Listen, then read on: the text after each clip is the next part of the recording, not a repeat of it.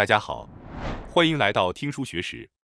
许多人在生活和工作中都会经历类似的困惑和质疑，他们可能会问自己：我在创造有价值的东西吗？我的人生是否有意义？这些问题可能让一些人感到沮丧，认为自己的生活缺乏价值或意义。然而，这种困惑并非你一人所独有，许多被称为精英商业人士的人也面临类似的问题。尽管他们在职业上取得了成功，在一流企业工作，但他们在工作中难以找到价值和意义。他们的日常生活常常被重复的常规和忙碌的工作填满。有时他们可能会停下来思考，为什么我要如此努力地做这些事情？他们可能找不到对自己行为的合理解释。如何才能体会到自己人生的价值？如何才能过上最好的生活？今天，我想向迷茫的人们推荐一本有益的书。这次我将介绍穆基金所著的《最好的生活方式》一书，并从中总结最佳的生活方式。坦率地说，这本书非常出色，能够彻底改变你的生活。因此，如果你想改变自己的人生，我建议你观看完整个视频。作者首先告诉我们，许多人对自己行为和人生的价值感到困惑。这是正常的。为了感受到自己行为的价值，我们需要一种能够为价值提供基础的价值观。然而，许多人缺乏这种价值观的源泉，比如信念、哲学或原始体验。我们中的许多人没有意识到，我们只不过是被过时的本能驱动着对归属群体的认可需求。我们盲目地接受政治家、学校、公司和媒体强加给我们的身份认同，并没有质疑他们。我们不知不觉地过着他人为我们设计的人生，并在不知情的情况下度过了我们的一生。这本书提供了许多建议，帮助我们找到一条让我们能够感受到价值的人生道路。这本书提供了许多关于如何实现自己最佳生活方式的提示，这听起来很有趣，也令人期待。让我们马上深入探索书中的内容。今天的内容将包括3个部分。第一章结论：选择多样化的价值观，赋予日常行为意义。第2章是帮助你明确自身价值观的提示。第3章是如何采取与自己价值观相符的行动。让我们从第1章开始，选择多样化的价值观，赋予日常行为意义，从而过上有价值的生活。然而，这样的说法可能有些模糊，因此我将深入解释，提供更具体的分析。为了过上有价值的人生，我们必须找到自己生活的意义。要做到这一点，首先要了解自己重视的是什么，这样才能体会到人生的价值。这个简单却重要的事实往往容易被忽视。我们需要明确自己真正重视的是什么，以及生活中最重要的是什么，否则我们将难以让自己的人生变得有意义。每当我们做出决定或采取行动时，培养一种习惯，将这些行为与自己选择的价值观相联系，就能让我们按照自己重视的价值观去行动。尽管人们可能在做相同的事情，但如果能够意识到这些行为与自己的价值观和目标相符，那么生活的动力和满足感都会发生显著变化。我建议你回顾一下自己的生活，看看那些让你感到自己以高价值和真实方式生活的瞬间。这些时刻可能与你全身心投入于自己重视的事物有关。相反，如果眼前的工作无法让你感到动力，那么你需要努力让这些行为与自己重视的价值观相吻合。如果你发现无法调和自己的价值观和当前的工作，那么这份工作可能并不适合你。如果你认为健康是最重要的价值观，但当前的工作要求你长时间工作或上夜班，导致生活节奏混乱，那么这种工作与你的价值观无法相符。同样，如果你认为自由是最重要的价值观，那么那些要求你在规定时间上班，每周5天，每天工作8小时的工作与你的价值观直接冲突。在这样的工作中，你无法体验到有意义的人生。我们花费了大量时间在工作上，因此与自己重视的价值观相悖的工作并不适合我们。所以，我们首先要明确自己的价值观是什么，然后每次采取行动或做决定时，始终思考这些行为与自己的价值观如何联系。通过这样做，你的思想和行为都会改变。你可以根据自己重视的价值观行事，不符合自己价值观的行为和无意义的烦恼都会消失。尽管每个人都希望过有价值的人生，但很少有人真正深入思考工作和生活中要实现的价值。许多人只是受社会常识、父母的意见所影响，盲目追随所加入的团体，寻求归属感和认可，并因此产生嫉妒。遗憾的是，如果我们不断与他人比较，按照他人设定的价值观去生活，我们将难以发现和实现自己真正重要的价值，我们的人生也可能因此结束。所以，我们必须重新选择自己的核心价值观。追求幸福常常被误解为只是满足本能欲望或对认同的渴求。明确价值观时，我们需要对自己严格要求，深刻反思我们现有的价值观是如何进入我们的思想的。他们对我们真的重要吗？还是被他人强加的？我们必须认真思考这些问题。在家庭、学校和职场环境中，我们每天都受到各种价值观的影响，尤其是童年时期，父母灌输给我们的价值观最为深刻。你可能渴望创业，不愿意受雇于他人而成为自由职业者，但感到恐惧，这可能是因为父母强调稳定工作的观念对你的影响。因此，我们需要暂时搁置以前被灌输的观念、常识和通过与他人比较形成的价值观，重新审视自己在生活中真正渴望和重视的东西。寻找自己独特的价值观时，不要太在意他人的看法。每个人的价值观都不同，有人认为重要的事情对另一个人来说可能毫无意义。无论他人怎么想，只要你认为某件事重要，那就是你的重要价值观。接下来，我们将探讨如何明确自己的价值观。正如前面所提到的，为了过上有价值的人生，首先要明确自己的价值观。你可能会发现自己不清楚自己真正渴望的是什么。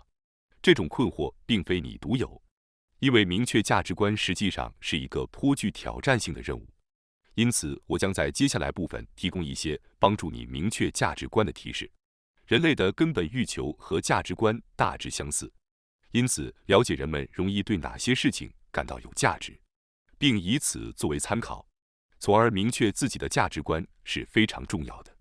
接下来，让我们列举一些常见的人类根本欲求和价值观：一、生理需求和安全感；二、爱与归属感；三、认同需求；四、贡献需求；五、学习与成长需求；六、娱乐需求；七、生活意义。在这7个方面中，你是否发现自己重视或关注某些方面？现在我将逐一解释这些欲求和价值观。首先是生理需求和安全感，这是人类最基本的需求。人类首先追求生存和种族繁衍，这包括饮食、寻找适合的配偶、保护自己，这是人类与动物共同的本能。此外，对健康的追求也属于生理需求的一部分。大多数动物在进食时表现出极大的快乐，对大多数生物来说，进食是最大的幸福。那么你呢？你觉得进食带来的幸福感如何？此外，在衣食住方面的穿着、睡眠等其他生理需求中，这种本能的欲求也非常强烈。请思考一下，你哪种欲求最强烈？你是否喜欢恋爱？或者你是否喜欢女性？这些都是正常的。请坦诚面对自己的欲求。大多数人的行为都源于生理需求，这也是为什么许多商业围绕这些生理需求和本能建立的原因。接下来，让我们来解释第2个主题：爱与归属感。爱与归属感也是非常重要的，这源于我们的祖先为了团结共存而发展出的习性，因为他们无法独自生存。如果没有爱和团体的支持，那些野蛮的猿猴早就被狮子或猎狗吞噬。因此，大多数人对孤独的恐惧、共感和相互支持的渴望，与他人建立情感联系的需求都非常强烈。这也是社交媒体在当今社会如此发达的原因之一。你是怎么想的呢？接下来，我将解释第3个主题：认同需求。认同需求是许多人强烈的需求，是非常强大的行为驱动力。人类的本能可能源于在集体生存竞争中不利于那些没有得到尊重的人，因此自尊心的本能可能发展出来，要求在群体中获得认可和尊重。大多数人在确保所属群体的基础上，希望在群体中成为受人尊敬的存在，这是一种强烈的社会认同需求。在现代社会中，这种在群体中展示自己优势的本能显得过时且不合时宜，可能会让双方都感到疲惫，甚至对双方都不利。然而，为了满足自尊心而表现自己的欲望，仍然是许多人的强大行动驱动力之一。你怎么看？接下来，我们将解释第4个主题——贡献需求。贡献需求与之前提到的社会认同需求所产生的自尊心相对立。他强调通过自己的贡献来认可自己的价值，进而爱自己，这是共同体意识形成的基础。通过贡献和被依赖，人们会被社会接纳，从而感到自己是社会的一部分。人类的进化可能在很大程度上是由于许多人在没有参与生产活动和做出贡献时感到愧疚。这种通过创造和被依赖来确认自己价值的行为，让许多人感到安心。对于许多人来说，为自己终将结束的人生赋予意义，最常见的方式之一就是为后代做出贡献。通过这种方式，人们能够将自己的人生影响扩展到下一代，并希望为超越自身的集体发展做出贡献。这种愿望可能是渴望得到永恒赞誉和认可的另一种表现形式。正是由于越来越多的人希望为更持久的集体做出贡献，人类整体得以发展和进步。关键在于，我们要了解自己所属集体如何给予自己安全感，即在集体中明确做出了贡献并获得回报。这种相互关系有助于我们决定应该加入哪个集体。接下来，我们讨论第6个主题：学习与成长需求。成长的需求和对未知事物的理解欲望是推动许多人行动的重要动力。在经济活动的背景下，这种需求体现在对可靠搜索引擎和各种提高生产力方法的需求上。此外，渴望接近榜样，成为自己最好的样子。这种成长需求一直在推动个人和整个种族的发展。通过练习实现目标，当目标达成时，即使目标本身可能没有特殊意义，但在朝着目标前进的过程中取得的进步，已经被大脑视为有价值的行为。换句话说，相较于目标本身的内容，设定目标并为之努力的过程本身就是一种有价值的人生体验。学习和成长需求的强弱会影响一个人能成就的事情的规模。那些不断追求成长的人，对于社会和整个种族的繁荣发展至关重要。然而，也有些人可能过于执着于成长，难以接受自己的不足，甚至会感到焦虑和紧迫。因此，我们需要保持一定的内心平和，避免陷入这样的困境。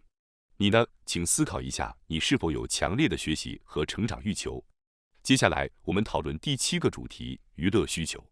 娱乐即做自己喜欢的事情，这种需求绝对不能被忽视。一般来说，努力工作的人难以胜过那些热爱自己所做事情的人。在某一领域中，全心投入于自己热爱的事情，并将其视为工作的人，往往是该领域的顶尖高手。另外，娱乐和工作不必严格区分。许多人在生活中会感到困惑，但唯一不受此困扰的例外是那些全身心投入于自己感兴趣的事物，并从中获得乐趣的人。在现代人类生活中，娱乐变得越来越重要。许多专家认为，随着人工智能的发展，未来人们的工作时间将减少，而娱乐的价值将因此提升。毕竟，我们无法让人工智能代替我们去享受娱乐。小时候，我们经常玩耍，体验到极大的幸福感。回想起来，那时的快乐可能是我们一生中多巴胺水平最高的时刻。仔细思考，娱乐刺激大脑的奖励系统，这表明娱乐在生存竞争中具有优势。这也取决于娱乐的定义。但许多高质量的娱乐活动不仅能获得知识，还能加强群体之间的信任关系。可以说，与朋友一起玩耍比在学校学习更能培养团队合作和共情能力。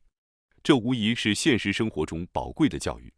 未来随着人工智能和机器逐渐接管人类的工作，人类可能会从通过工作谋生转变为通过娱乐生活的状态。这意味着娱乐以及提供娱乐的机会将变得尤为重要。接下来，我将介绍第7个主题：生活的意义。关于我为什么而活以及我存在的意义是什么的问题，往往涉及对价值观的探究。人类寻找价值观的来源，有时求助于宗教、哲学、民族主义，或者自己内在的感觉。对一些人来说，烹饪精湛的中餐是他们存在的意义；对另一些人来说，在福利机构服务他人是他们实现自我的动力；而对有些人来说，帮助他人找到职业是他们最大的生活意义。有些人的生活意义可能与具体的行动无关，而是与所爱的人、所尊敬的人一起生活的环境相关。这些对他们重要的事物与他们心中重视的价值观和原始体验息息相关。例如，我们有时会不解为什么别人会那么执着于某件事，或者为什么因为某件事而生气。这往往与他们不同的个性和原始体验有关。你怎么看？经过长时间的讨论，我们探讨了人类的7种根本需求和价值观。重要的是以此为参考，明确自己的价值观。在听完这些需求之后，你可能会意识到这可能是我的价值观，或者我很重视这一点。希望你能有所收获。此外，你还可以通过分析自己的优势，回顾过去的最大快乐，以及不愿意做的事情或绝对讨厌的事等方式，寻找自己的价值观。无论选择哪种方法，都要找到自己的价值观，这样才能开始过上有意义的人生。顺便提一下，我的价值观之一是重视健康，这与之前提到的生理需求和安全需求相关。另一个重要价值观是学习和成长的需求。我每天都通过阅读、输出和学习来不断成长，这让我感到快乐。因此，这些是我重要的价值观。明确自己的价值观后，你可以更容易地对与价值观不一致的事情说不。在接受工作时，你可以根据它是否有助于自己的成长，或是否会对健康产生不良影响来做出明确判断，从而减少不必要的后悔。希望大家能够思考自己的价值观，并对自己的价值观有一个大致的认识。接下来，我将解释如何选择与自己价值观相吻合的行动。我们之前强调了明确自己价值观的重要性，并介绍了不同的价值观模式。期望你能据此明确自己的价值观。一旦你明确了自己的价值观，你需要采取与价值观相一致的行动来实现自己的价值。否则，你可能会发现自己虽然很忙碌，却没有体会到生活的价值，无法过上有意义的人生。选择与自己价值观相符的具体行动，才能过上有价值和有意义的人生。那些对工作和生活感到满足的人，最大的特点是他们清楚自己为什么要做这些事情。换句话说，他们知道自己最重视的是什么，知道自己在何时感受到生活意义。最后，我还想强调另一个重要的问题，这意味着拥有多样的价值观可以让人们更容易过上有意义的生活。这是显而易见的，如果你有多种价值观，就会有更多相关的有价值行为，你会更容易感受到生活的意义。例如，如果一个人拥有健康、成长需求和人际关系这3个价值观，那么当他们进行健康活动、成长行为，以及与家人或朋友共度美好时光时，他们都会感受到幸福和价值感。相反，如果你只有一个价值观，你只能在与这个价值观相关的单一行为中感受到价值感。想象投掷飞镖，你拥有的价值观越多，投中的几率就越高，你会更加频繁地感受到幸福和价值感，这自然会提高你对生活的满意度和幸福度。这样，我们的话题又回到了最初的结论。为了过上有价值的人生，我们需要遵循以下3个步骤。步骤1：明确自己的独特价值观。步骤2：选择多个价值观。步骤3：增加与这些价值观相匹配的行为。切实执行这3个步骤是实现最佳生活方式的关键。大家觉得如何？这本书为我们提供了许多提升自己人生价值、实现最佳生活方式的启示。这次视频为大家提供了一个很好的机会，可以开始使用我们介绍的方法，或者采用其他方法，尽快确定自己的价值观。一切都从这里开始。一旦你明确了自己的价值观，你可以增加与价值观相关的行为，并减少不符合价值观的行为。这将使我们在日常生活中更容易感受到幸福，发现人生的意义。希望这次视频能帮助大家认识到自己人生的意义，让我们一起迈向更美好的未来，并开始过上有价值的人生。感谢大家收看今天的节目。如果你喜欢我们分享的内容，记得点赞、订阅并开启小铃铛通知，第一时间获取我们的更新。在下次的节目中，我们将继续为大家分享更多有益的书籍。再次感谢大家的支持，我们下期再见。